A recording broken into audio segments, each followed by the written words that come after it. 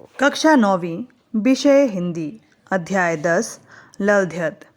सप्रसंग व्याख्या। नंबर 1। रस्सी कच्चे धागे की खींच रही मैं नाव, जाने कब सुन मेरी पुकार, करें देव भवसागर पार।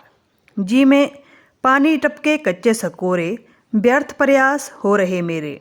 जी में उठती रह रहे हूक, घर जाने की चाह है घेरे। इसकी व्याख्या। कवित्री दुख भरे स्वर में कहती है कि मैं अपनी जीवन रूपी नौका को कमज़ोर और नाशवान कच्चे धागे की सांसों रूपी रस्सी से लगातार खींच रही हूँ। मैं इसे उस पार लगाना चाहती हूँ, पर पता नहीं परमात्मा कब मेरी पुकार सुनेंगे और मुझे दुनिया रूपी सागर को पार कराएंगे। स्वाभाविक रूप से कमज़ोर कच्चे बर्तन रूपी शरीर से निरंतर पानी टपक रहा है, यानी मेरा जीवन घटता जा रहा है, आयु व्यतीत हो रही है। पर मेरे द्वारा परमात्मा को प्राप्त करने के लिए किए गए सभी प्रयास असफल होते जा रहे हैं। मेरे हृदय से रह रहकर पीड़ा भरी आवाज़ उत्पन्न होती है। परमात्मा से मिलने और इस संसार को छोड़कर वापस जाने की मेरी इच्छा बार बार मुझे घेर रही है, पर वह इच्छा चाहकर भी पूरी नहीं हो रही है। अब इस पर आधारित प्रश्न। नंबर 1। रस्सी कच्चे धागे की तथा नाव में निहित अर्थ स्पष्ट कीजिए। उत्तर। कवित्री ने रस्सी कच्चे धागे की से कमज़ोर और नाशवान सहारे रूपी सांसों को प्रकट किया है, जो हर समय चल तो रही हैं, पर पता नहीं कब तक चलेंगी। नाव से जीवन रूपी नौका को प्रकट किया गया है। प्रश्न नंबर 2। कवित्री के हृदय से बार बार हुक क्यों उत्पन्न होती है? उत्तर। कवित्री हर क्षण एक ही प्रार्थना करती है कि वह परमात्मा की शरण प्राप्त कर इस जीवन को त्याग दे, पर ऐसा नहीं हो रहा। इसी कारण उसके हृदय में बार बार हुक उत्पन्न होती है। प्रश्न। कवित्री किस घर में जाना चाहती है? उत्तर। कवित्री परमात्मा के पास जाना चाहती है। ये संसार तो उसका घर नहीं है, उसका घर तो वह है जहाँ परमात्मा है। अंतिम प्रश्न। बाख में निहित काव्य सौंदर्य को प्रतिपादित कीजिए। उत्तर।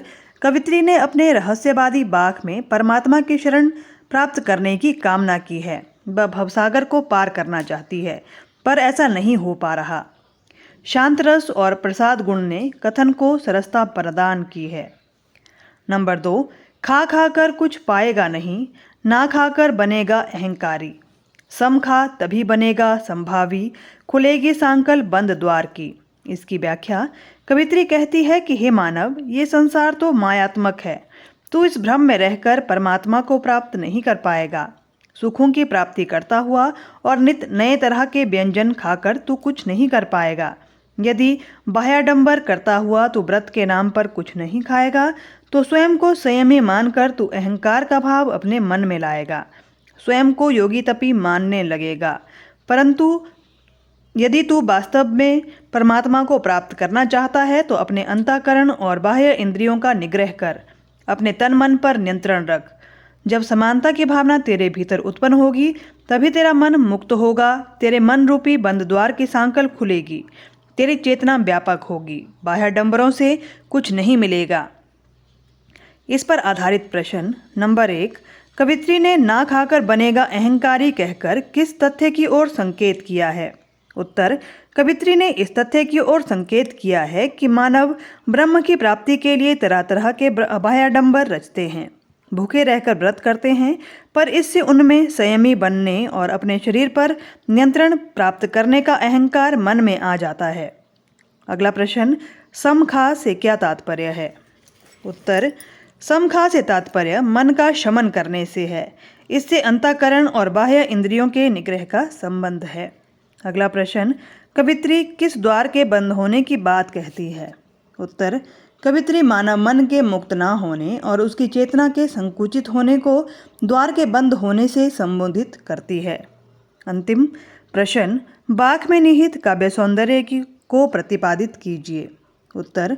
संत ललध्यत जीवन में बाह्याडंबरों को महत्व न देकर संभावी बनने का आग्रह करती है।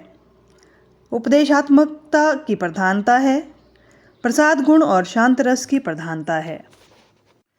कक्षा 10वीं विषय हिंदी अध्याय 10 ललध्यत का तीसरा सरलार्थ।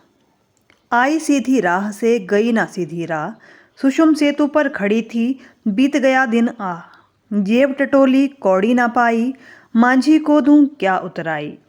इसकी व्याख्या कवित्री दुख भरे स्वर में कहती है कि जब परमात्मा ने मुझे संसार में भेजा था तो मैं सीधी राह से यहाँ आई थी, पर मोह माया से ग्रसित होकर इस संसार में सीधी राह पर ना चली।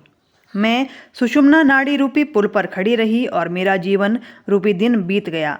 अर्थात हठ योग ने मुझे रास्ता तो दिखाया था, पर मैं अज्ञानवश उस मार्ग पर पूरी तरह चल नहीं पाई।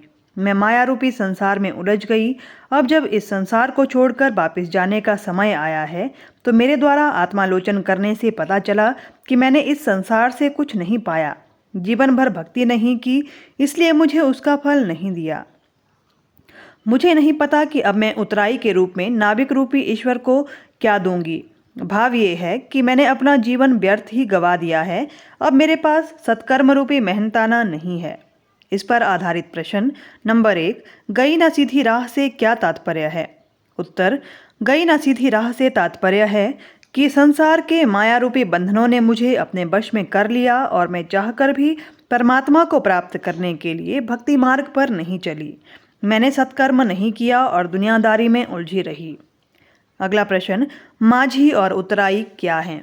उत्तर, माझी ईश्वर है, गुरु है, जिसने इस संसार में जीवन दिया था और जीने की राह दिखाई थी। उतराई सत्कर्म रूपी मेहनताना है जो संसार को त्यागते समय मुझे माझी रूपी ईश्वर को देना होगा। अगला प्रश्न, कवित्री को जेब टटोलने पर कौड़ी भी क्यों ना मिली? उत्तर, कवित्री ने माना है कि उसने कभी आत्मालोचन नहीं किया, सत्कर्म नहीं किए, केवल मोह माया के संसार में उलझी रही। इसलिए अब उसके पास कुछ भी ऐसा नहीं है जो उसकी मुक्ति का आधार बन सके। अंतिम प्रश्न, साखी में निहित काव्य सौंदर्य को प्रतिपादित कीजिए। उत्तर, संत कवित्री ने स्वीकार किया है कि वे जीवन भर मोह माया में उलझकर परमात्मा तत्व को नहीं पा सकी। उसने ऐसा कोई भी काम नहीं किया जो उसे भक्ति मार्ग में उच्चता प्रदान करा सकता। अगला सरलार्थ नंबर 4, थल थल में बसता है शिव ही, भेद ना कर क्या हिंदू मुसलमान, ज्ञानी है तो स्वयं को जान, वही है साहिब से पहचान। इसकी व्याख्या कवित्री कहती है कि शिव तो इस संसार में सर्वत्र व्यापक है, सर्वत्र विद्यमान है। प्रभु का स्वरूप तो प्रत्येक वस्तु के कण कण में सिमटा हुआ है। आप चाहे हिंदू हैं या मुसलमान, उस परमात्मा को जानने पहचानने में कोई अंतर ना करो। यदि आप ज्ञानवान हैं तो स्वयं को पहचानो। स्वयं को पहचानना ही परमात्मा को पहचानना है, क्योंकि परमात्मा ही तो आपके जीवन का आधार है। वही आपके भीतर है और आपके जीवन की गति का आधार है। ईश्वर सर्वव्यापक है, इसलिए धर्म के आधार पर उसमें भेदभाव नहीं किया जाना चाहिए। आत्मज्ञान ही सर्वोपरि है। इस पर आधारित प्रश्न, कवित्री के द्वारा परमात्मा के लिए शिव प्रयुक्त किए जाने का मूल आधार क्या है? उत्तर, कवित्री शैव मत से संबंधित शैव योगिनी थी। उसके चिंतन का आधार शैव दर्शन था, इसीलिए उसने परमात्मा के लिए शिव प्रयुक्त किया है। अगला प्रश्न, भेद न कर क्या हिंदू मुसलमान में निहित अर्थ स्पष्ट कीजिए। उत्तर, परमात्मा सभी के लिए एक ही है, चाहे हिंदू हों या मुसलमान। उनके लिए परमात्मा के स्वरूप के प्रति कोई भेदभाव नहीं होना चाहिए। उपदेशात्मक स्वर में यही स्पष्ट किया गया है कि धर्म के नाम पर परमात्मा के प्रति आस्था नहीं बदलनी चाहिए। अगला प्रश्न, ईश्वर वास्तव में कहाँ है? उत्तर, ईश्वर वास्तव में संसार के कण कण में समाया हुआ है। वह तो हर प्राणी के भीतर ही है, इसलिए उसे कहीं बाहर ढूंढने की आवश्यकता नहीं है। उसे तो अपने भीतर से ही पाने की कोशिश करनी चाहिए। प्रश्न, बाघ में निहित काव्य सौंदर्य को प्रतिपादित कीजिए। उत्तर, कवित्री ने भेदभाव का विरोध और ईश्वर की सर्वव्यापकता का बोध कराने का प्रयास उपदेशात्मक स्वर में किया है और माना है कि ईश्वर संसार के कण कण में विद्यमान